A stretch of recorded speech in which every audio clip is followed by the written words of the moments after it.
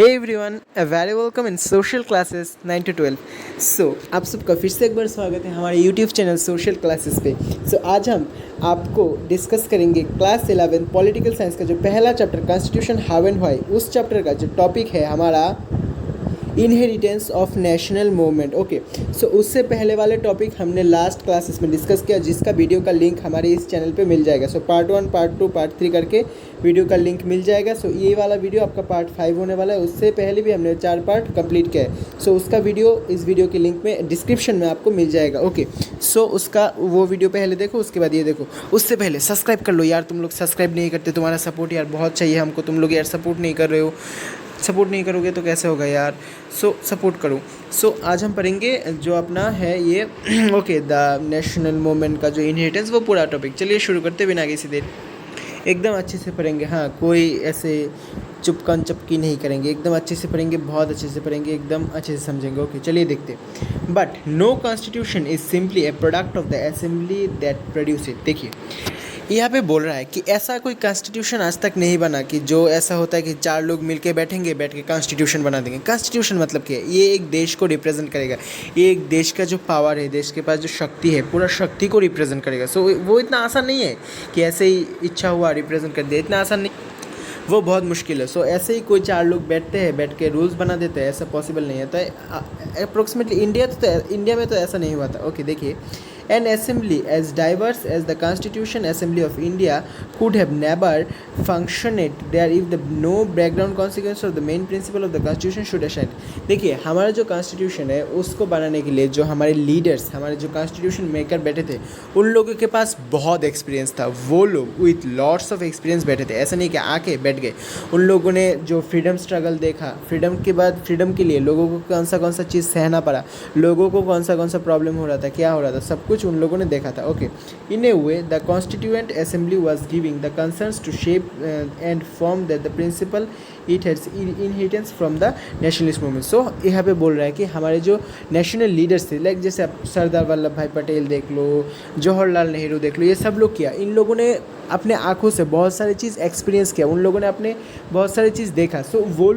वो लोग अच्छे बता सकते हैं कि कॉन्स्टिट्यूशन कैसा होना चाहिए, उसमें कौन सा रूल्स होना चाहिए, उसमें हमारे इंडियंस फ्यूचर में ऐसा कुछ फेस ना करना पड़े, उसके लिए क्या क्या होना चाहिए, वो लोग अच्छे से बता पाएंगे. यही यहाँ पे बोल रहा है. ओके, उसके बाद देखिए क्या है. For decades procedures of the promulgation and the constitution, nationalist movement had debated many questions that were relevant to the making the constitution.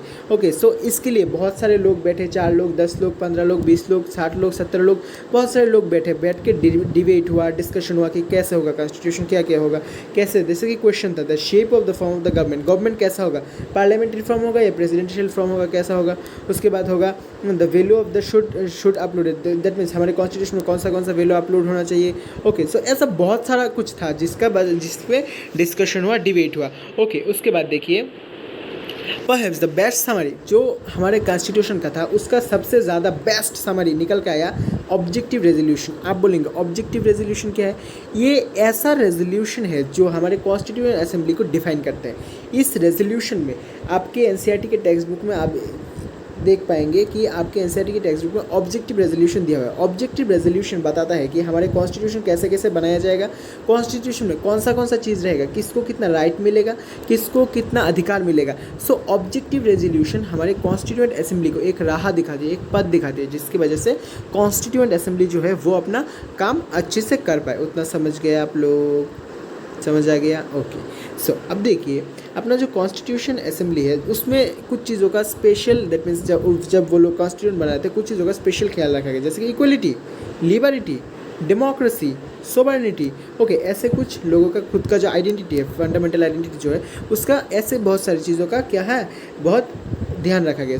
Inheritance of the national movement, ये जो टॉपिक है इसमें ऐसे ही बोला गया कि हमारे जो नेशनल लीडर्स थे, जिन लोगों ने कॉन्स्टिट्यूशन बनाने का जिम्मा अपने कंधों पे लिया था, वो लोग एक बहुत इंपॉर्टेंस रोल निभाया है कॉन्स्टिट्यूशन बनाने के लिए. और उन लोगों ने खुद अपने आंखों से देखा है कि क्या क्या हुआ और ऐसा नहीं होना चाहिए फ्यूचर में. यही था इस टॉपिक के बारे में. आशा करता हूँ आपको एकदम अच्छे से समझ आ गया. अगर समझ नहीं आता है तो कमेंट बॉक्स में हमें ज़रूर बताइए. चलिए उसके बाद देखते हैं अपना जो उसके बाद दूसरा टॉपिक है वो है इंस्टीट्यूशनल अरेंजमेंट. देखिए इंडिया में इंस्टीट्यूशन में 3 प्रकार का इंस्टीट्यूशन चेक एंड बैलेंस के लिए बहुत अच्छा सिस्टम है। एक है एग्जीक्यूटिव, दूसरा है लेजिस्लेचर, तीसरा है जुडिशरी। ओके, इनको ऐसे सिस्टम किया गया, इनको हमारे कॉन्स्टिट्यूशन में ऐसे, कॉन्स्टिट्यूशन ने हम इस सिस्टम को ऐसे रेडी किया कि कोई इनको ओवरकम नहीं कर सकता, कोई इनको छेद के, छोड़ के, फाड़ के नहीं जा सकता। ओके, सो इनको कोई ऐसे तोड़ ताड़ के, फोड़ फाड़ के नहीं जा सकता। ओके, सो ये था क्या, ये था हमारा इंस्टीट्यूशनल अरेंजमेंट, ये था क्या हमारा इंस्टीट्यूशनल अरेंजमेंट। देखिए अब the third factor ensuring the effectiveness of the constitution is a balanced arrangement of the institution government. Okay, so तीसरा फैक्टर था कि बैलेंस्ड, क्या था balanced, BALANCED, balanced. That means हमारा जो अरेंजमेंट होगा वो क्या होगा, पूरा बैलेंस्ड अरेंजमेंट होगा। क्या होगा, पूरा बैलेंस्ड होगा। इसमें ऐसा कुछ नहीं कि आज पुलिस को याद आया कि चलो कल जाके मिनिस्टर को अरेस्ट कर लेते हैं, कल जाके IAS ऑफिसर को, ऐसा नहीं कर सकते। IAS ऑफिसर को मन हो रहा है कि चलो प्राइम मिनिस्टर को अरेस्ट कर लेते हैं, प्राइम मिनिस्टर के घर पे जाके छापा मारते हैं, ऐसा नहीं कर सकते। Everything has some rules, regulation and check and balance system. जिसको जो मन में आए, जिसको जो मर्जी में आए वो नहीं कर सकते। सबके लिए कुछ बेसिक प्रिंसिपल, कुछ बेसिक लॉ बनाया गया है, सबको वो मान के चलना पड़ेगा। और हमारे इंस्टीट्यूशन इतने अच्छे से सजाया गया है कि कोई एक दूसरे को ओवरथ्रो नहीं कर सकता, एक के ऊपर ओवरथ्रो कोई नहीं कर सकता। आप पाकिस्तान में देखते होंगे, पाकिस्तान में क्या होता है, जैसे कि मिलिट्री जनरल है, वो प्राइम मिनिस्टर को नीचे उतार देते हैं। इंडिया में कभी ऐसा देखा है? इंडिया में ऐसा नहीं होता है, क्योंकि इंडिया ऐसा देश नहीं है। इंडिया एक प्राउडफुल देश है, हमारा भारत देश हमारा प्राउड है, हमारा भारत देश हमारा लव है। ओके, देखिए this lead to the approbation the parliamentary form of the government and the federal system. So हमारा जो गवर्नमेंट का फॉर्म है वो हमने क्या, parliamentary form of government create किया, जो फेडरल सिस्टम के अंदर क्रिएट हुआ। किसके अंदर क्रिएट हुआ? फेडरल सिस्टम के अंदर क्रिएट हुआ। ओके, अब देखिए legislature executive head the between the states and the central government. Okay, जैसे कि देखिए लेजिस्लेचर एग्जीक्यूटिव जुडिशरी क्या करता है, अच्छे से पावर को डिवाइड करता है। उसके बाद आप सेंट्रल स्टेट, उसके सेंट्रल स्टेट और लोकल जो गवर्नमेंट है, जैसे कि सेंट्रल गवर्नमेंट चाहे तो स्टेट के कैसे कुछ भी नहीं कर सकता, लोकल गवर्नमेंट चाहे तो कुछ भी नहीं कर सकता। सो सब लोगों का पावर ऐसे बैलेंस होता है कि जिसको जो मर्जी में आए, जिसको जो करने का इच्छा हो वो ऐसा नहीं कर सकता। Everything has some rules, regulation and institution. So हम यहाँ पे समझते हैं कि हमारे इंस्टीट्यूशन को ऐसे अरेंज किया गया है कि ये अच्छे से चेक एंड बैलेंस हो पाए, एंड ये सबके एस्पिरेशन, सबका जो एस्पिरेशन, सबका जो मन भावना है वो सबका पूर्ण कर पाए, वो सबका मतलब जो एस्पिरेशन है वो अच्छे से कर पाए।